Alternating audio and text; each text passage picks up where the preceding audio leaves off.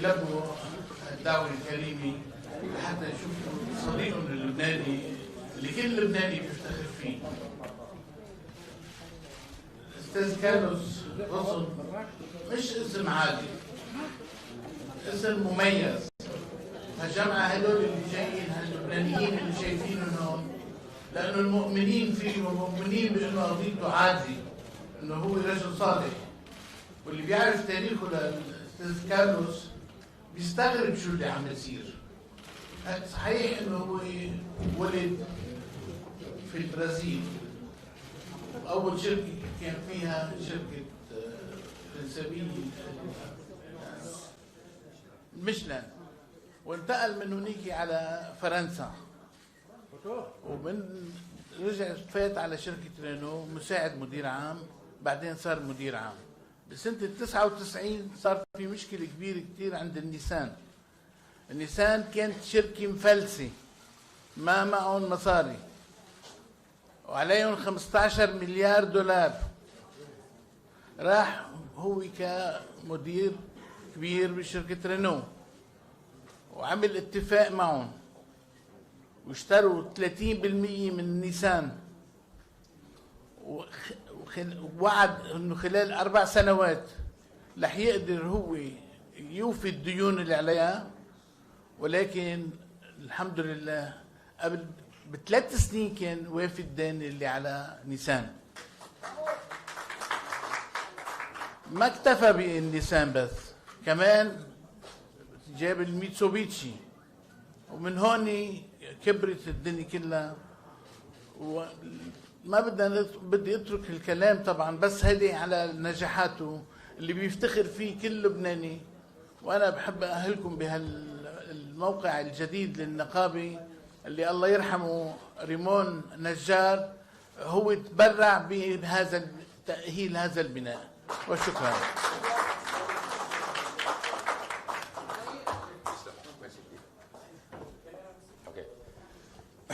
Ladies and gentlemen, I want to thank you for taking the time to be here, with many of you traveling great distances to join me. Ça, c'est le seul endroit où je vais parler en plusieurs langues. Je voudrais aussi saluer nos amis de la presse française qui nous ont rejoints. وأنا حابب كمان سلم على كل أصدقاء اللبنانية. أنا اليوم فخور كون لبناني، لأنه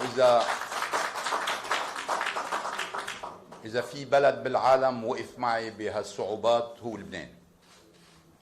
As you can imagine, today is a very important day for me. One, that I have looked forward to every single day for more than 400 days, since I was brutally taken from my world as I knew it, ripped from my family, my friends, my communities, from Renault, Nissan, and Mitsubishi, and the 450,000 women and men who comprise those companies.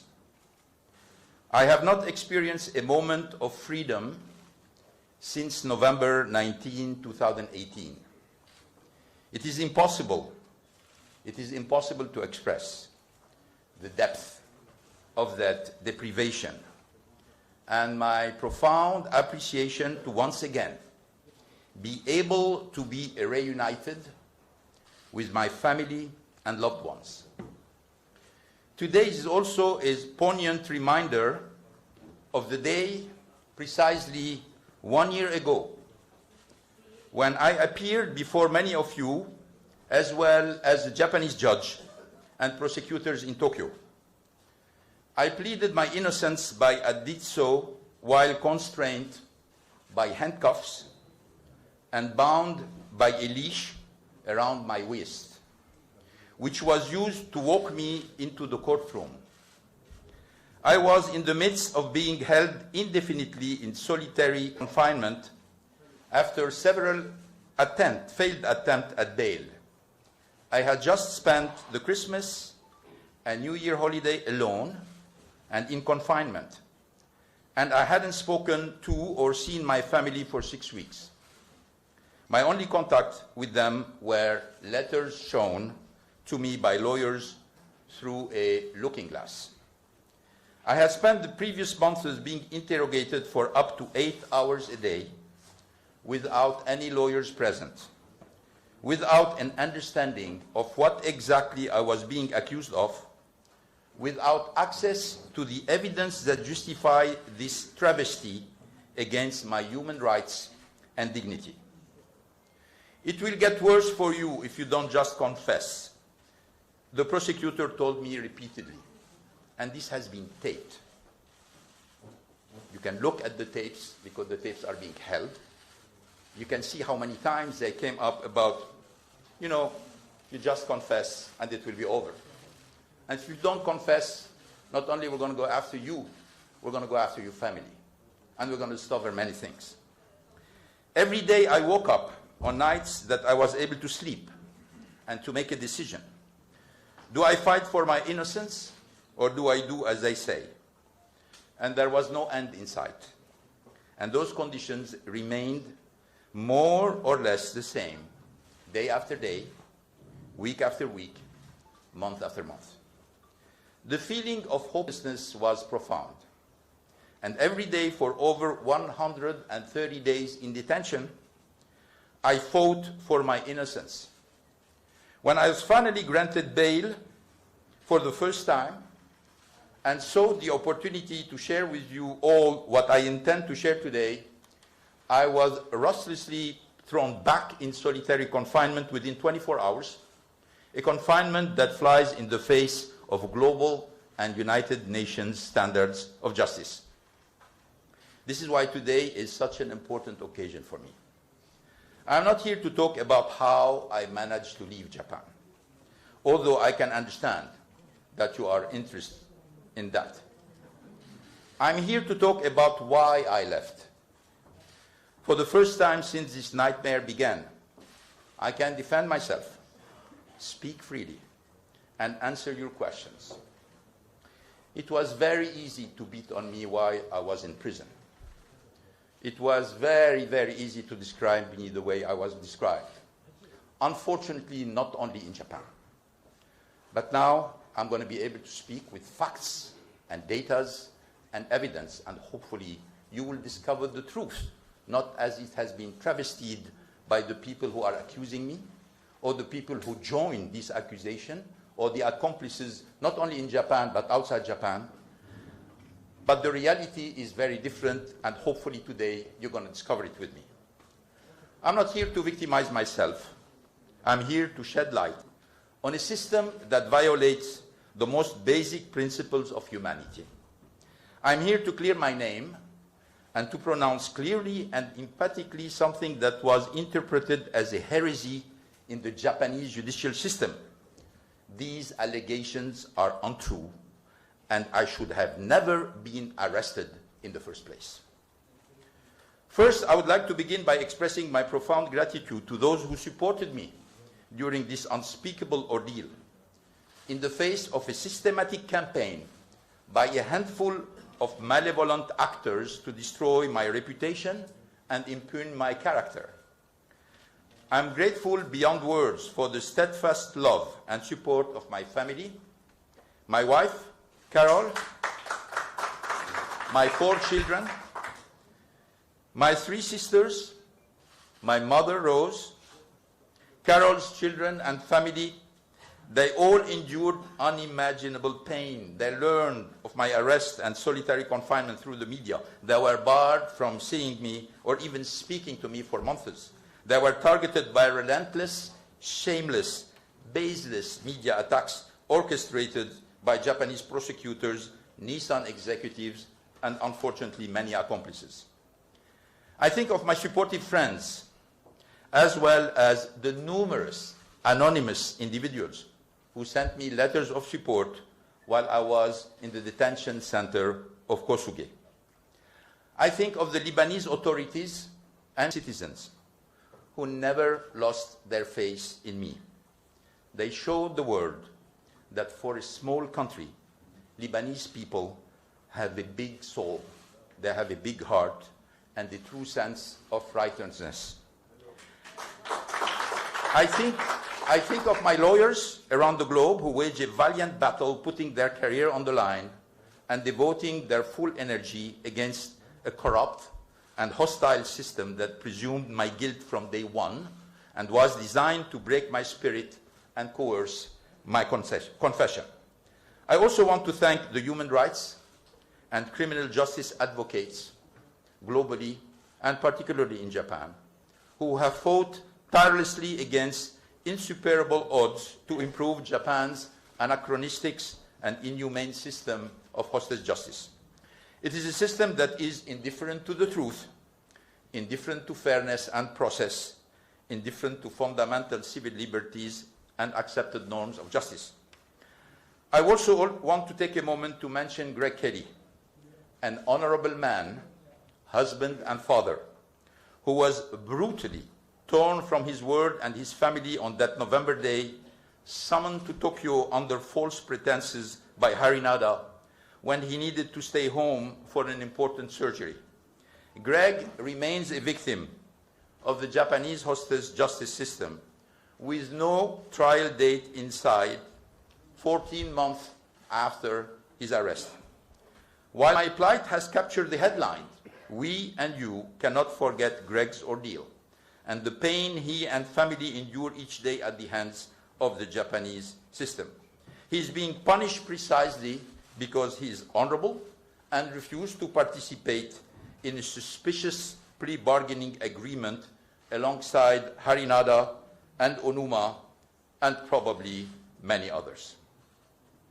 Thanks to the systematic leaking of false information and distorted information, and the intentional withholding of exculpatory information by the prosecutor and by Nissan, I was presumed guilty before the eyes of the world and subject to a system whose only objective is to coerce confessions, secure guilty pleas without regard to the truth.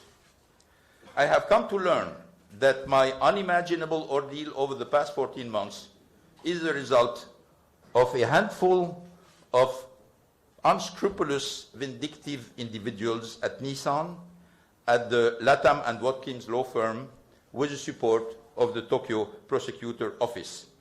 It is important for me to emphasize that I'm not above the law, and I welcome the opportunity for the truth to come out and to have my name vindicated and my reputation restored.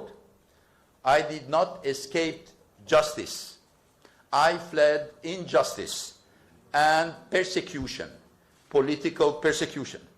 Having endured more than 400 days of inhumane treatment in a system designed to break me and unwilling to provide me even minimal justice, I was left with no other choice but to protect myself and my family.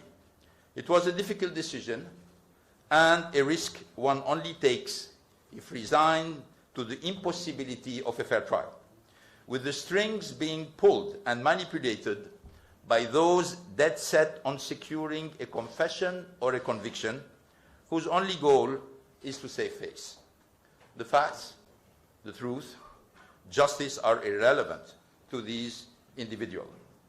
This was the most difficult decision of my life, but let us not forget that I was facing a system where the conviction rate is 99.4%.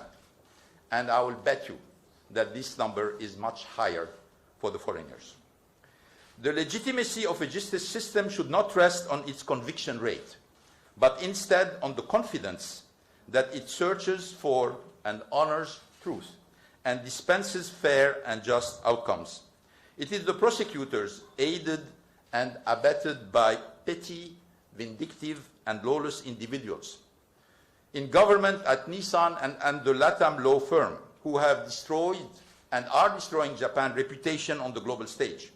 It is them who are fueling an archaic, manipulative, arbitrary side to an otherwise modern country. It is them who should be held accountable. The charges against me are baseless. Why do you think the prosecutors have leaked false information to the press against the Japanese law? Why have they intentionally concealed exculpatory evidence that support my innocence? We're going to see it. Why have they continually delayed the still undetermined 13 months after the still undetermined trial date, and extended relentlessly the investigation timeline? Why have they rearrested me and seized all my legal defense documents?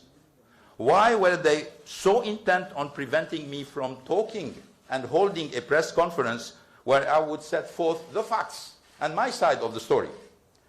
Why have they spent 14 months trying to break my spirit, banning me from all contact with my wife, and surveying my every move? Let me, before going to your question, and I know you have many, try to give you some answer. And I'm going to follow particularly 5 topics. The first topic is why all of this happened. At the beginning, why all of this happened. The second is how did it happen? I'm going to tell you a little bit of what I've been through for 14 months. Third is we're going to come back to the 4 charges that the prosecutor have put on me. And I'm going to explain to you the charges. We're going to also talk about all the charges that have been at the base of what I call the smear campaign, that the prosecutor didn't dare even put them in the accusation, but they are flying through the media with many fantasist interpretation, and unfortunately with some official position which are absolutely not rigorous on them. And finally, I'm going to do some words about the lines Renault and Nissan. Where are they today, 1 year later? What is the situation of these three entities 1 year later? And then I will let you answer all your questions. So let me start with the first item, which is why? Okay? If we say, okay, this is a plot, and this is something which has been organized, why? What are the reasons for this? Well, we have 2 reasons. There are probably many, but I'm going to give you the main one. The 2 main reasons for this to happen. The first one was the fact that Nissan performance unfortunately started to decline at the beginning of 2017. I will remind you that in October 2016, I have decided to remove myself from the operation of Nissan because I signed the deal with Mitsubishi, taking control of 34% of Mitsubishi, and Mitsubishi needed help. So I moved to Mitsubishi as chairman of the board, as future chairman of the board, to support Masuko-san into reviving this company. And I told Saikawa-san, okay, we're going to propose you as co-CEO. Yeah, but this is also something we should say. The CEOs are not named by their predecessor. They are named by the board. They are proposed by the predecessor, but it is the board decision. So when people say, oh, Monsieur Bolloré was named by Mr. Ghosn, wrong. Mr. Bolloré was named by the board. He was proposed by Carlos Ghosn, but he was named by the board. So when they say, oh, he was named by Mr. Ghosn, that means he has no legitimacy, it's dead wrong. It's not factual. The members of the board of Renault voted unanimously to nominate him as CEO. And 9 months later, that unanimously voted him down. That's the reality. So let's come back to our story about Saikawa. Nominated in October 2016, CEO of the company. I moved to Mitsubishi. I told him, now it's your turn. I promised that one day I will return this company after having been CEO for 17 years. After having been CEO for 17 years of a dead company in 1999. I left with him $20 billion in cash. A company which was profitable, which was growing, which was respected. A brand which was nowhere in 1999, which became one of the top 60 brands in the world. That's what I left with him. I told him, you take care of it, now it's your turn. Let me help Mitsubishi, let me take care of Renault, and let me take care of the lines. Unfortunately, a CEO is here as long as he performs. I didn't stay 17 years head of Nissan because I was Carlos Ghosn. I was there only because I was performing. I was delivering growth, I was delivering profit, I was delivering cash flow, I was delivering dividends. That's our reason to be. Unfortunately, we started in 17 to see a decline in the performance of the company. Obviously, many tough discussions. In 2018, another decline, many tough discussions. But at the same time, he was the CEO and he was responsible for it. So he has to find the solution with his own team. So there was some nervousness in the ranks of the top management, and particular ranks in the top management, that at a certain point in time, patience will run out and change will come. That's number one. Number two, well, we have to come back to the history of the alliance. You know, there was a famous Florange law in France that has been voted, giving double voting rights for the shareholders who have more than 2 years. We, as board of Renault, opposed this rule. And we have the right, because the law allowed us, if there is more than 2/3 of the shareholders voting to pass over this rule, it was possible. We didn't prevail because, as you know, the French state increased its stake into the company, blocked the majority of 2/3. We have most of the shareholders with us, but we were not able to reach the 2/3 of the shares. This left a big bitterness with our friends in Japan. Not only with the management of Nissan, but also with the governments of Japan. And this left a big state because somehow they considered that it is unfair that Nissan, who owns 15% of shares in Renault, has 0 voting right, and that the French state, which owns 15% of Renault, has double voting rights. We tried to explain it. We were not successful, unfortunately. And this is where the problem started. Because there started to be some kind of defiance from our Japanese colleagues, not only about the alliance, but also about me, particularly when I've been asked before renewing my mandate, which, by the way, I didn't ask for. I was ready to retire before June 2018. I was asked that I was probably the best person to continue for the next step of the alliance. And unfortunately, I accepted this offer. And probably one of the reasons for which I'm in this situation today is because I accepted this offer to continue to integrate the two companies, converge the two companies, always respecting the autonomy of each company, because this is a management belief that you're not going to make a strong company with people who are thinking they are second-rate citizens in a big organization. I want the Japanese to be proud of Alliance. I want Renault to be proud of the Alliance. I didn't want a first-rate citizen and a second-rate citizen. I want each company to be totally, and there was a system, I proposed a system to maintain that, even though I made the alliance irreversible. Unfortunately, there was no trust. And some of our Japanese friends thought the only way to get rid of the influence of Renault on Nissan is to get rid of me, which unfortunately they were right, because when you see exactly what's happening today, where Renault has very little influence on what's going on in Nissan, even though they put a nice face on what's taking place, you know exactly that the Japanese have the right analysis by saying, we get rid of him, we will get much more autonomy for Nissan.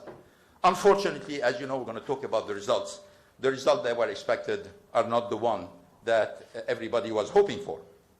So, who are the people? I promised you a name. I'm going to give you names. Okay? Who was part of the plot? Obviously, Saikawa is part of the plot. Harinada is part of the plot, obviously, and Onuma, because they showed. But there are many other people. Toyoda, member of the board, was the link between the board of Nissan, Nissan, and the authorities. Now, I can talk about what happens in the government of Japan.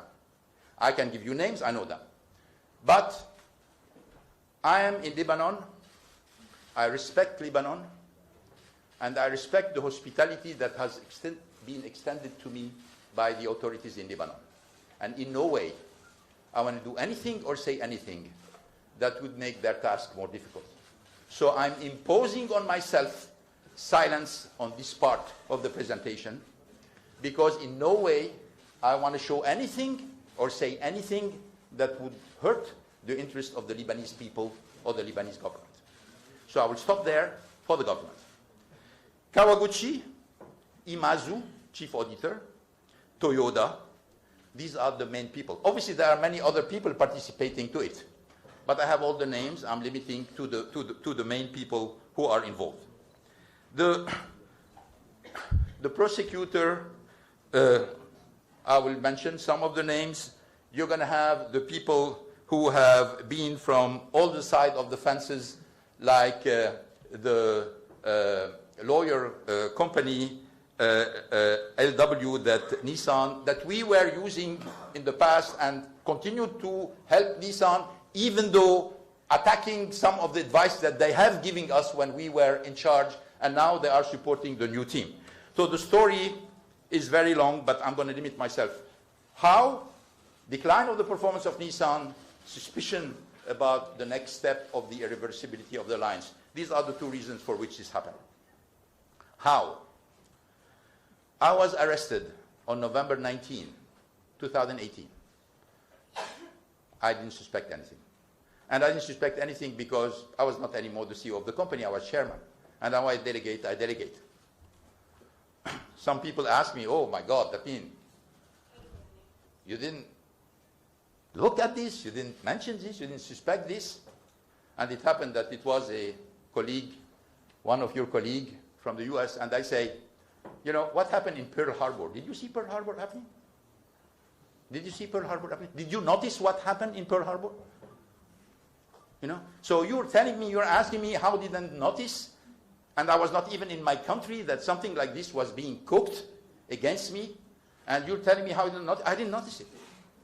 And I didn't notice it because it is true that when it's planned and it's confidential and it's secret, well, it happens, and you'll be surprised, and I was surprised. There was a stage arrest. I've been told, I didn't know, that the word was led to know that I was arrested in the airplane. Bullshit. I was arrested in the airport. I came down from the airplane, I was taken in a car, I arrived to the passport, they told me there's a problem with my visa, they took me in a small room, and this is where I found Seki, prosecutor, telling me, I'm from the prosecutor office, I need to talk to you, and since then say, you cannot use anymore your phone, and I know I was arrested, I understand what's going on. And because I was surprised, I told him, okay, can I at least give a phone call to Nissan to send a lawyer? Well, obviously, I didn't know that Nissan was behind it. And it was all staged way before between the prosecutor and the company. This is the way it happened. And from there, they took me to Kosuge detention center. It took 5 hours between my arrest and me finding myself into a tiny cell in Kosuge. The collusion between Nissan and the prosecutor is everywhere. The only people who don't see it, maybe, are the people in Japan. They don't see this collusion. And I've been told this is totally illegal. How can it be illegal? And at the same time, we have so many traces, so many hands on the wall, and nobody's talking about them. Well, you don't see if you don't want to see. But the collusion between Nissan and the prosecutor is coming through witnesses who were in the headquarters of Nissan, who told me exactly what happened before I was arrested, all the preparation, all the visits, a lot of the meeting that took place between the prosecutors and Nissan, at least without counting officials. And I'm not going to talk about the official, as I said. So I was sent to the prison, and the prosecutor told me, well, we're going to arrest you for under-reporting your compensation. I was shocked at the beginning. Frankly, I couldn't understand that. I say, what compensation? And he said, yeah, we are arresting you for under-reporting a compensation that was not paid to you. Second surprise. Okay, so we're talking about something which was not paid for me. Yes. And then something which didn't go to the board, which means that it did not decided. So I was arrested for a compensation that was not fixed, that was not decided, and that was not paid. This is the reason of my arrest. This is the reason of my arrest. Well, I can tell you that in many countries, there is no reason to arrest. It's certainly not a criminal case. It's certainly not even an offense. Give you a name you know very well. Tanaka-san, professor of corporate law, Tokyo University, consulted 3 weeks ago by my lawyers. They put everything. Now that we have the documents, at least on the first charge from the prosecutor, again, 13 months after the arrest, we showed him everything.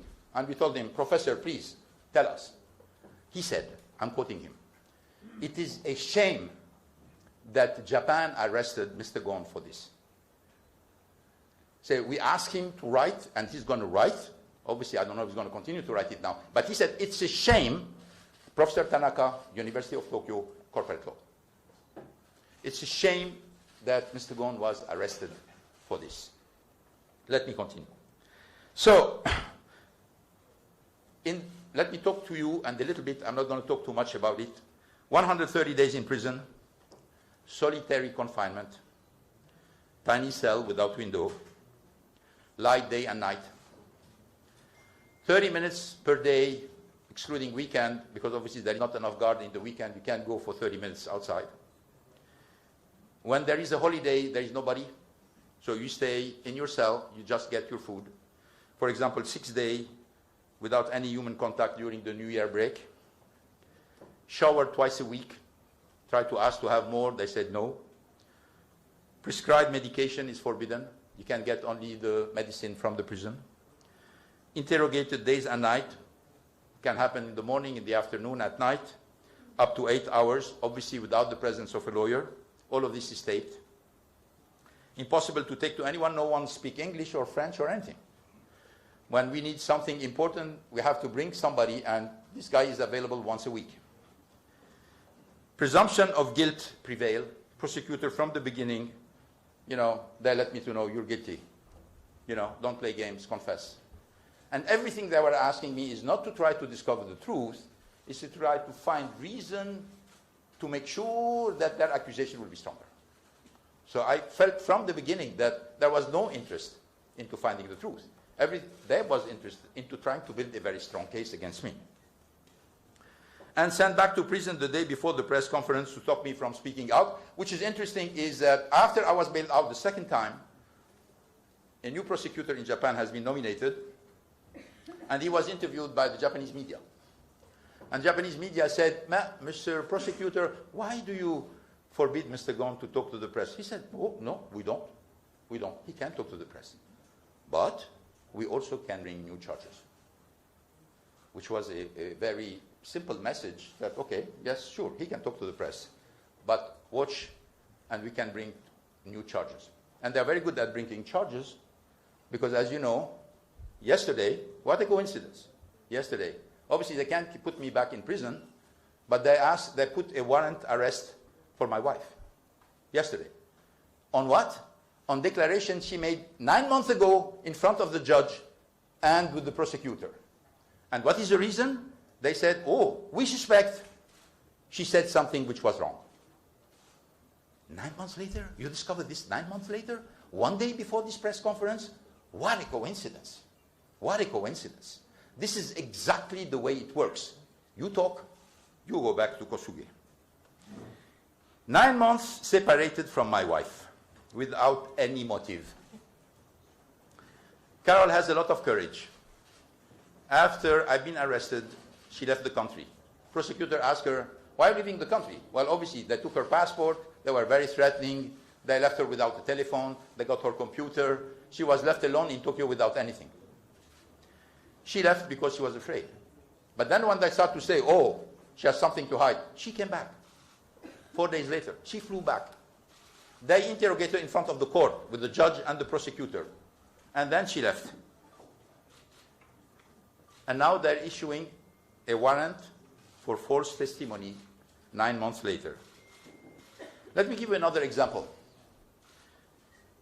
The judge in charge of the bail condition, Hajime Shimada, we asked him 7 times to remove the ban over a period of 9 months. 7 times. And every time he took the time to think, nothing changed, huh? And then he came back by saying no. And why no? Because tampering of evidence. Tampering of evidence for Carol. But I was able to receive my sisters. I was able to receive my kids. I was able to receive my cousins, my friends. So if I was intending to tamper evidence, I could tamper evidence with anybody. Why Carol? Because they knew that by not allowing me to have a normal life, they were breaking me. And which is interesting is when we tell Shimada-san, maybe they can meet from time to time under your control. And the question was very interesting. It was saying, why do they want to meet? And we said, okay, how about a Zoom, a conference? He said, what do I want to talk about? I felt like I was not a human anymore. I was something between a human, an animal, or an object. But I mean, there is no feeling that a man and a woman who are married want to talk together, and I have to explain why I have to talk to my wife? They didn't care. And the answer, as you know, was no. And I had the right for 2 hours in 9 months, with a lawyer present in the room, and the poor guy was embarrassed. He just tell me, please excuse me, I have to be here, and I have to report about what did you say to your wife. That's what you're talking about. The second one that I would like to mention also, I mentioned I had many pre-trial sessions. In the pre-trial session, you have the prosecutor, you have the defense, and you have the judge. 3 judges. Well, I was naive. I thought that the judge was the boss.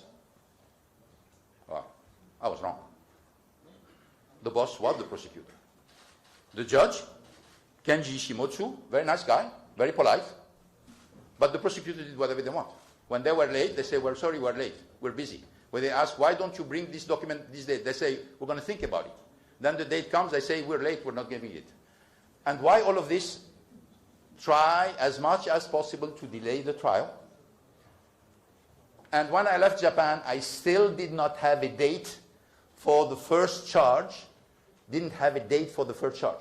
Then they came with the idea about saying, oh, we cannot put all the trials at the same time. You have to finish the first charge before we start the second one.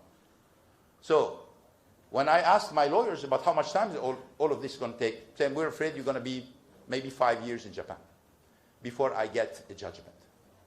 5 years in Japan. This is, I understand, we have Maître Zimre, who is here, who is a specialist in human rights. Speedy trial is one of the basic and most fundamental rights of any human being, part of the Treaty of Human Rights.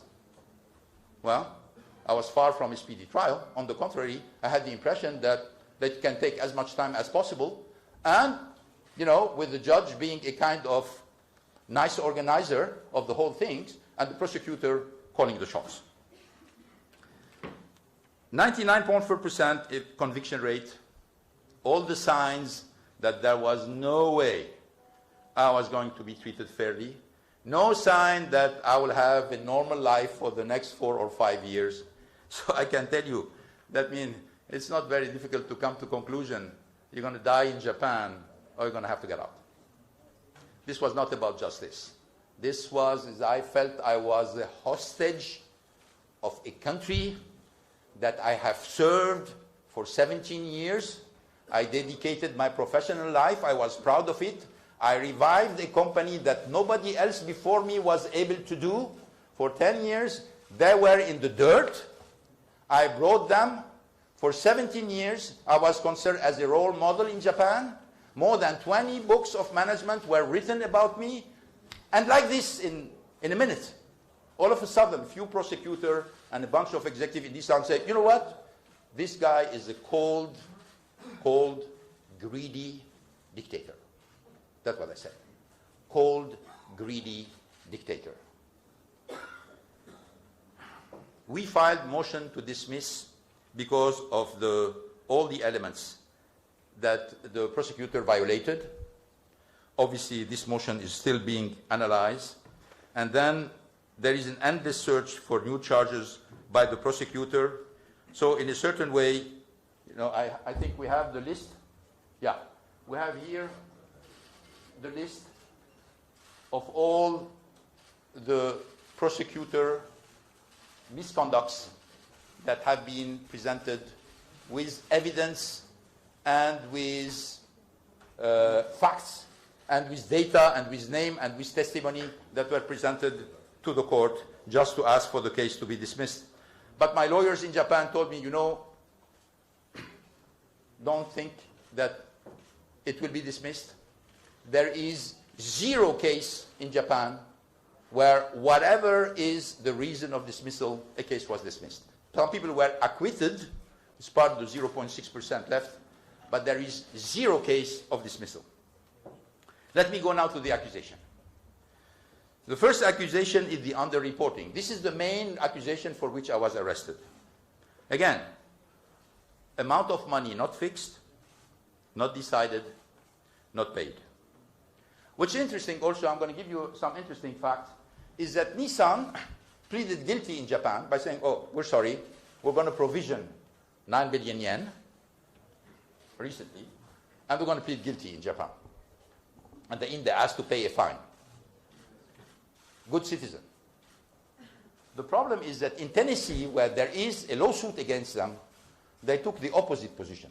Their lawyer said, well, we're not guilty. There is no reason. There is no reason. And this document is available for you. In Japan, we're guilty. That's what Nissan says. In Tennessee, they said, we're not guilty. So, this document is available. We are sublined. The key sentences saying that, I just wanted to mention this for you, and we'll come back during the question and answer. And again, there is no democratic country I know where you go for jail for this kind of accusation, even if they were right. Shinsei Bank. Shinsei Bank, there is a resolution from the board. This is a board resolution. Interesting, in the board resolution, everybody voted unanimously for a resolution saying if a foreign director or a foreign officer want to have a contract of exchange rate to cover his income, he can do it at no cost for the company. Who was present? Well, some people you know. Carlos Ghosn was member of the board. You have Saikawa, member of the board. They all signed on this. No cost for the company. Very good.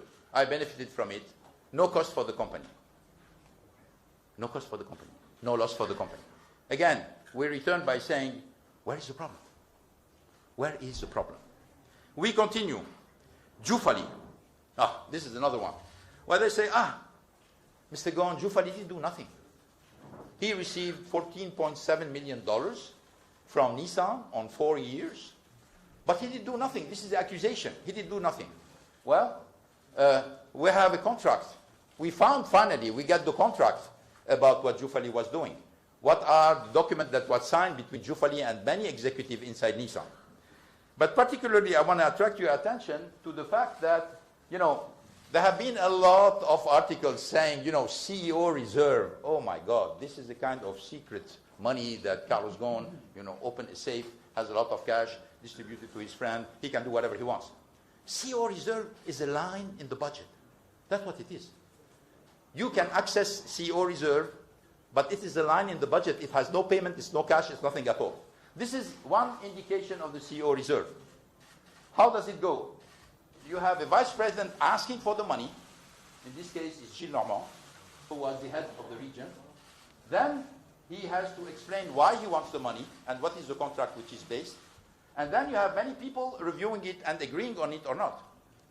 Well, obviously you have legal, then you have the controller, then you have the boss of this guy, who usually is the head of the operation, then there is me. Why? Because if it's called CEO reserve, I have to accept that.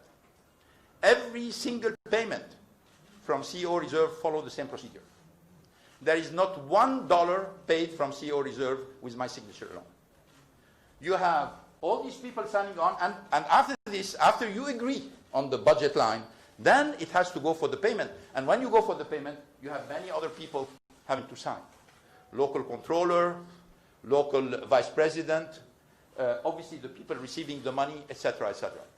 So all this farce, talking about CEO reserve as a kind of being special things where Carlos Ghosn was taking money, giving it to his friend, it doesn't stand 1 minute. We have all the evidence showing that. We have all the documents, fortunately now, because when I was arrested, they took everything from me. I had no computer, no file, no in Renault or in Nissan, nothing. Everything was taken. So I have to reconstitute everything to defend myself. And obviously, I'm using here some of the documents that the prosecutor have at the end to deliver to us in order to allow us to defend ourselves. We also, I would like to show you, can we move to Ananda Sas, to the declaration of different people? Yeah.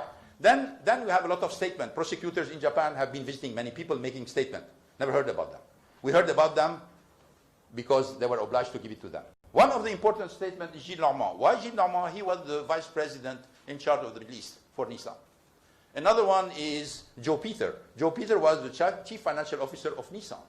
Another one is Alain Dassas, also another chief financial officer. They covered all these areas. And when we look at what they are saying in all these documents, and these documents are available, you can consult them, and we make them available for those who want to look at them. So when we are looking at that, what do they say? They say the Middle East was an important region for Carlos Ghosn because Toyota is one of the main profit center of Toyota, and it's not one of the main profit center of Nissan. And as you know, the Middle East is practically an Asian country. The cars selling are Japanese cars and Korean cars. And then obviously you have some Mercedes and BMW, but the European have practically no position in the Middle East, or very weak position. I'm talking particularly about the Gulf. So I want to push the people to say, okay, let's go on the offensive. We have an opportunity not only in volume, but also in profit. And we need to change the way we do business. We need to innovate in the way we do business. Pushing people to partner with the local dealer, that's what Toyota does. They don't have their own bureaucrats going into the region trying to do what they do. They say, no, we have a good dealer. Let's work with him. Let's give him support. Let's give him incentive. Let him do the job for us. And frankly, it delivered for us. Because every time we did this, we had higher sales and higher profits. All of this is argumented. And the presentation made by the prosecutor is, Mr. Ghosn has special ties with the Saudi guy and with Ahmed Bahwan and Suhail Bahwan in Oman. So they had this kind of very cozy relationship. Well, in fact, everything we did with Oman, we did it with Dubai, we did it with Lebanon, we did it with Qatar. They're not talking about the other one. They're just focusing on, these incentives are very big. And what's interesting is when you compare the incentive paid to these people, it's totally normal. And even below the level of incentive that competitors are saying. But this is something you never heard about. Potential of the Middle East is very important, and that's what we were going after. Ahmed Bahwan, let's go to the next one, has been viewed by the prosecutor. Never heard about it, huh? He was reviewed by the prosecutor in Japan. He was interrogated for 1 day. Never heard about it. Why? Because obviously, he didn't say what they were expecting him to say. He denied all of the accusation. And he denied all the accusation, knowing that obviously nobody's going to believe him. They're going to say, yeah, but if you are accomplice, well, in a certain way, you may say something different than the truth. But you need to know that all the bank accounts, my bank accounts, Bahwan bank accounts, Kumar bank accounts, Jufali bank accounts, have all been swept. All of them. All bank accounts in the world. So if there was any payment which was suspicious, I can tell you, it would be front page of the Nikkei or of the Sankei before it will come directly by the prosecutor. So then people say, okay, so what is the story with Kumar? Well, say, well, if a breach of trust is there is the money from Nissan going from Nissan and ended up with you, but there is no money from Nissan because the money in Nissan stops at Suhail Bahwan Automotive, period. And Kumar has nothing to do with it. And we have all the evidence of that there was absolutely no transfer indicating that there was any money from Nissan benefiting Kumar. So, end of the road. There's no breach of trust. Because breach of trust is, there is money of the company which is benefiting the executive of the company. I'm sure we'll come back on this. So, let's continue on character assassination. This is, I must say that they've been very successful. As you know, Nissan hired a lot of people. I read in Bloomberg recently that they spent more than $200 million for the investigation and for everything around this. $200 million. To get how much money? How much money is at stake? They're talking about $14.7 million with Jufali that was paid to Jufali and $5 million for Bahwan. So how rationally you're going to say you're going to spend $200 million? You're going to destroy your company. You're going to destroy your brand. You're going to destroy your image. You're going to divert the attention of all your top management. You're taking a big risk with the alliance. And by the way, the market cap decrease of Nissan since my arrest is more than $10 billion. They lost more than $40 million a day during all this period. By the way, Renault is not better because the market cap of Renault went down since my arrest by more than 5 billion euro, which means 20 million euro a day of quotation. 20 million euro a day. So when I hear a statement made by a French official saying, we need to concentrate on the 11 million euro of undefined expenses, I say, yes, sure. Why don't you come to me? I'll explain to you. Nobody came to me. You make an audit. Well, the first person that should be, if for the audit to be valid, the contradictory of it, you should come to the main person and ask him the question. If you're not convinced by the question, then it's fine. But you even come to me to tell me about the planes, about the help to universities, the help to school. You know, you're not come to me and you just say unexplained expenses. I don't worry about these 11 million euro because I have an explanation. I worry as a shareholder of Renault about the fact that I lost 35% of value and I still don't understand why. I worry when Renault goes down by all this amount, the automotive industry is up 12%. So the only companies which went down in market cap for this period of time are, what a coincidence, Renault, Nissan, Mitsubishi. And everything else on average went up 12%. So why a company is made? It's what? It's about what? It's about, it's about creation of value, if I remember. A CEO is here for the creation of value. A board is here to protect shareholders. Where are we here? I'm a little bit lost as a shareholder of Renault and a shareholder of Nissan. I say, oh my God, who's protecting me as a shareholder? Who is caring about me? Where is the name of the brand? Where's the future of the brand? Let's go to character assassination. Make the big story about Versailles. Versailles. Some people think I'm in prison because of Versailles. No, it's true. I mean, some people say, okay. First Versailles, first accusation, Mr. Ghosn, you make a 15 years anniversary of the alliance in Versailles. Yes, sure. Why Versailles? Versailles is not Louis XIV. Versailles is the most visited site in France. It's a symbol of the genius that France has. It's a symbol of the opening to the world. It's the symbol of the globalization of France. You talk about Versailles, any foreigner will come to Versailles. They're amazed by the beauty, by the attraction, by the gardens. That's why we sought Versailles. It's not because you want to mimic Louis XIV or you want to mimic Marie Antoinette. It's ridiculous. We made it and they say, oh, this was a party of birthday. We say, well, hey, I made a speech. Where is the speech? Speech disappeared. All of a sudden, I can get the speech I made, which was a corporate speech where I thank all the people for the support they've given to the alliance. But people say, hey, but why the other executive of Renault and Nissan were not here? Well, it was not for the executive. We had a celebration with the executive, which was different. This was for the partners, and particularly with the foreign partners. If you invite somebody in France to go to Versailles, he doesn't care. But if you invite an American, a Chinese, a Japanese to go to Versailles, they all run.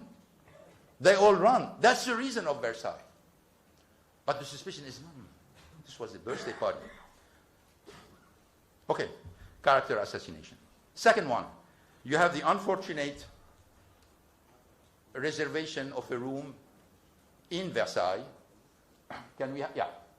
This is the bill. Who took care? Let me tell you how it happened. We were big sponsors of Versailles. Why? Because you know that Versailles doesn't have enough money to maintain the building. So they go to large corporations.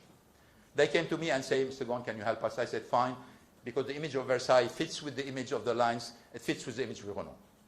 Let's do it. I agree. So we supported many things in Versailles. We supported recently the fact that we have redone le Salon de la Paix. It was in a situation which was, frankly, horrible. We paid more than 1 million euro.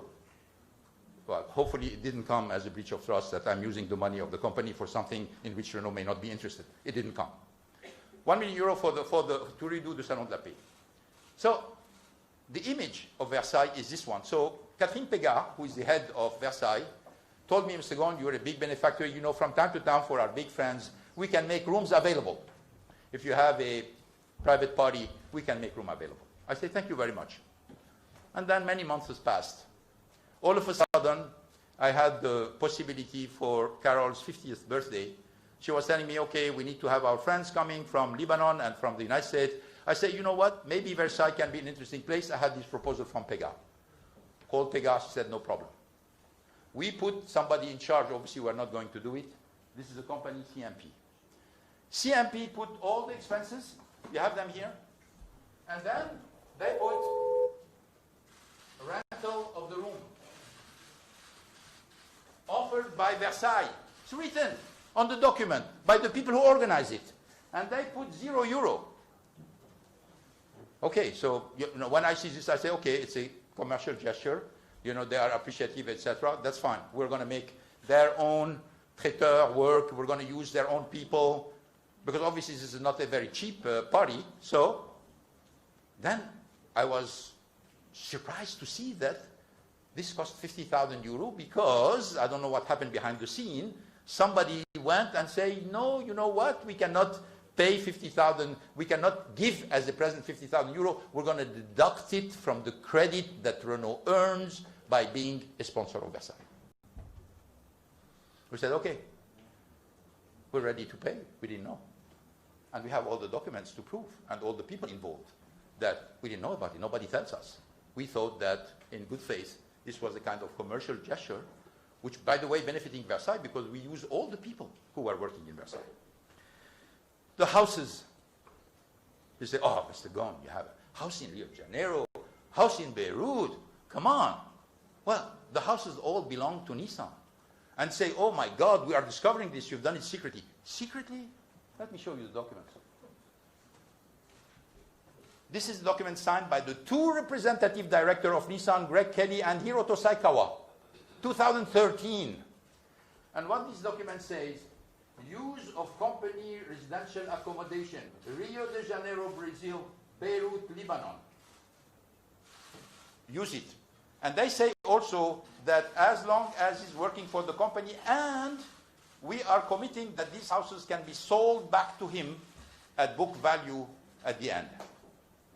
So when I hear that everybody was surprised and we were doing this hidden, I say, oh my God. I mean, what kind of document you want more than this where you two representative director plus legal, finance, treasury, the regional people who wrote this document? That means the whole thing doesn't make sense. Part of, by the way, this is not at all part of the charges, but this is part of the character assassination. The media jump on it. Let's continue. My sister Claudine, contract with my sister Claudine. They say, this is also, they make a contract, she didn't do anything. Well, she didn't do anything. Well, one of the reasons for which she was there, because she was the head of the Chamber of Commerce in Rio de Janeiro, and she was key for really benefiting from a huge incentive package and selecting Rio de Janeiro for the building of a more than $1 billion plant in Resende, in Rio de Janeiro, which exists today in Nissan.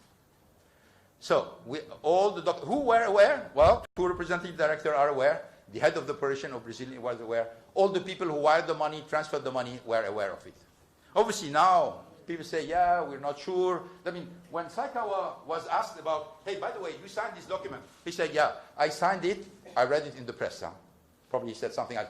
He said, but I didn't pay attention. Or I didn't understand why I was signing this. But this kind of argument with him goes well with the prosecutor. They don't go well with me, but they go well with him. So let me go to the last point. RNBV. RNBV audit made by Mazar. You know that they went with an interim audit report to the board of Renault.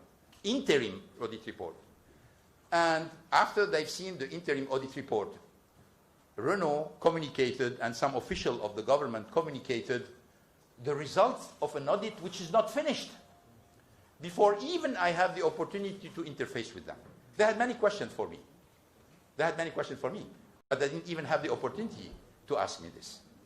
So this so-called audit, which is absolutely not contradictory, which is going to be the object, if I understand very well, of a legal battle, well, it didn't follow any one of the rules of the audit. And the first element of an audit is the contradictory, the fact that you are exposed to the results and you have to explain what's going on. This did not happen.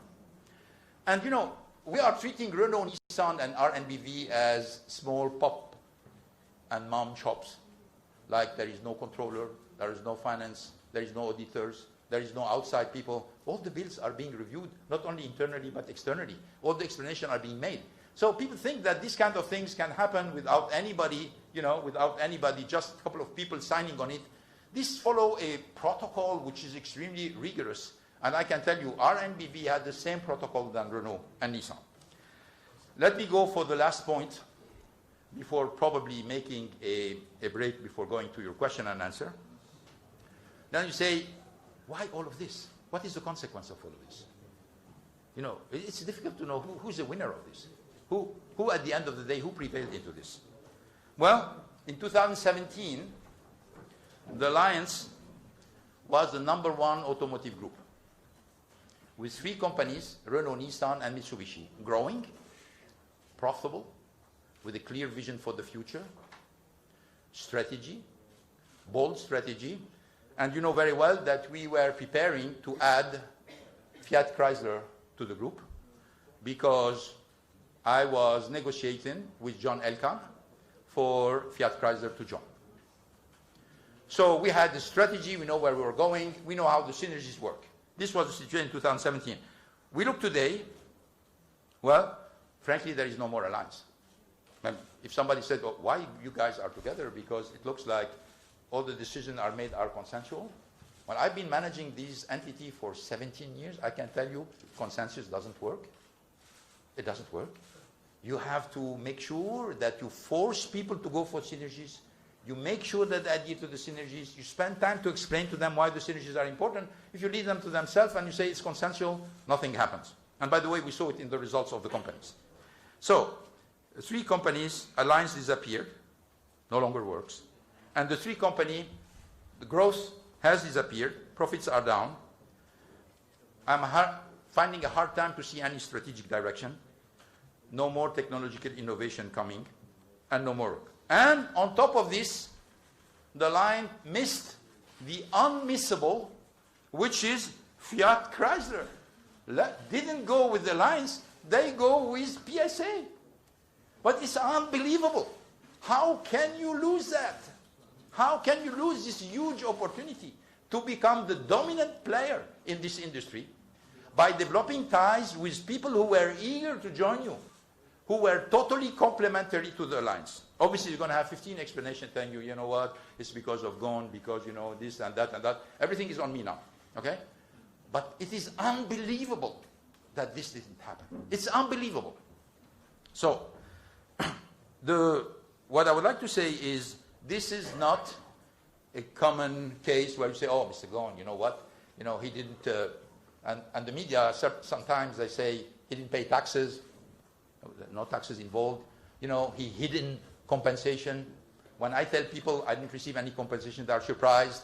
But the whole story has been put in a way to lead people to think something which is different from the reality. Okay? And I must admit, they are very good at it. This is probably the only way. This is the only thing on which they are good. Because on everything else, which is a raison sociale of a car maker, is to make good cars, sell a lot of them, develop the technology, see the car of the future, make a profit, make cash, pay a good dividend, and increase the shareholders. Yeah, they said, we want to turn the Ghosn page. Well, they've been very successful. They turned the Ghosn page. They turned the Ghosn page because there is no more growth, there is no more increase of profit, there is no more strategic initiatives, there is no more technology, and there is no more alliance. What we see today is a masquerade of an alliance that obviously with all the people who are involved is not going to go anywhere. So that's why I'm telling you this is political. This is political. There's a lot of tentative to present it as a, you know, common case of somebody who has crossed boundaries. No, there is no crossing of boundaries. I am innocent of all the charges, all of them. And I can prove it now because I start to have a lot of documents, and there are many more documents to come. And that's what I wanted to say today. I left Japan because I wanted justice. That's why I left Japan. I didn't run from justice. I want justice because justice is the only way I'm going to establish my reputation, and the only way what I've done during my life is going to be recognized to its value. And if I don't get it in Japan, I'm going to get it somewhere else. Thank you for your attention. And now let me, before we make the break, just final point, particularly for our Japanese friend. I was painted in the media in Japan, cold, greedy dictator. That's it. Everything is cold, greedy dictator. Cold, saying he doesn't like Japan. He doesn't like Japanese. He's a kind of mercenary here for the money. It's wrong. I like Japan. I like the people in Japan. I can tell you that for the many months where I was on bail, I was walking everywhere in Tokyo alone. I had no bodyguard. I went to restaurants, I went to movie, and people were greeting me. They were telling me, "Gambate kudasai, Ghosn." They were saying, "We're sorry about happening to you. We hope you continue to love Japan." This is the people on the street. Because the people on the street do not think 1 second that after celebrating this guy Jean, for 17 years, all of a sudden he became a villain. They don't understand it. They don't believe it. They don't even understand the accusation. So, and when they say I don't love Japan, let's make some history, a little bit of history. I revived Nissan. I went back. We crossed the financial crisis together. When the tsunami hit Japan, I was the first foreigner to come back to Japan, if you remember. I was the first one. Because it happened that I was in France on an executive committee. I was the first foreigner to come back in Japan when everybody was leaving Japan. And I was the first one to dare going to Iwaki plant, which was near Fukushima. Because in Fukushima, if you remember, you had the nuclear leaks. And nobody dared to go to Iwaki because of the nuclear leaks. I had to go by myself and call the suppliers and call the employees to say, we're going to rebuild the plant together. I have my kids in Japan, educated in Japan. I lived in Japan. I refused to abandon Nissan only because I cared about the country and they cared about the company. So I'm asking one question. I'm not cold toward Japan. I love Japan. Why Japan is paying me with evil for the good I think I've done to the country? I don't understand that. I profoundly don't understand that. Because I know Japanese people are not like this. The second thing is they're greedy. They say, I'm greedy. I'm greedy. In 2009, Steve Ratner, who was Obama car czar, General Motors was down, Chrysler was down. He came to me and said, I talked to the president, we want you to become the CEO of General Motors. He has written this in his book, so I'm not telling you stories. You can look at the book. And he was offering me a pay which was double my pay. I said, you know what? I understand your offer is very attractive, but a captain of a ship doesn't leave the ship when the ship is in difficulty. This is not a greedy guy talking. A greedy guy would say, sorry guys, this is business. I'm going to go for my own interest. And frankly, I made a mistake. I recognize it today. I should have offered. I should have accepted the offer. But I have my beliefs, and I followed my beliefs. Then, so this is about greedy. The third thing is about dictator. Well, did I discover I'm a dictator in 2018? For 2007, for 17 years, I'm a CEO of the company. I had 20 books. You have so many professors coming. I have so many cases in Harvard, Stanford, INSEAD, HEC, Waseda, Keio, all of them coming, all the professors analyzing this. Nobody discovered I was a dictator. All these people who have made the analysis, have made all the cases, nobody had a doubt that I was a dictator. This whole thing, which was very elegantly fabricated, imposed on the Japanese public. But you know what? The public did not react in function of what they said. Because I told you, I didn't have a bodyguard. I walked in Japan all the time, by myself or one of my kids. We have never been bothered by anybody. We have always been received very well in all the restaurants and the places that we have visited. But they tarnished my reputation in many other countries where the fact that you have power or you're supposed to have money, you're already guilty. Well, it was not the same treatment, as you know. We're going to stop here and make a small break. On enchaîne? I can continue, but maybe. We're just going to do a break for those who want audio translations. We're going to provide some audio translation. So please ask for it, because Mr. Ghosn will be answering questions asked in Arabic, questions in English, and questions in French, Thank you very much. And question in Portuguese, Sure. For our Brazilian friends.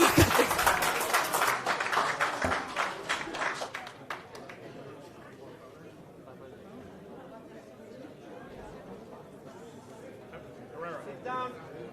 Alex. Alex.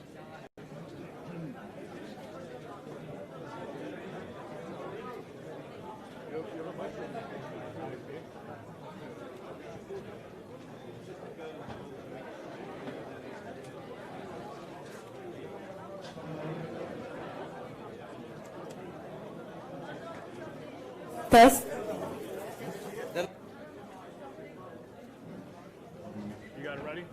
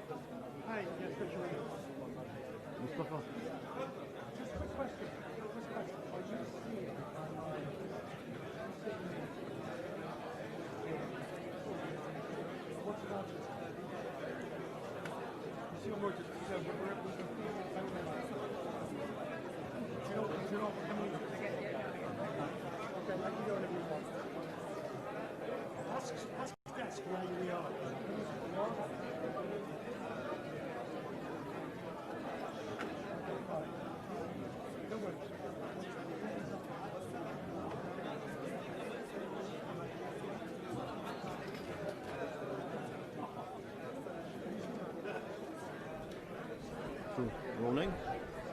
Rolling?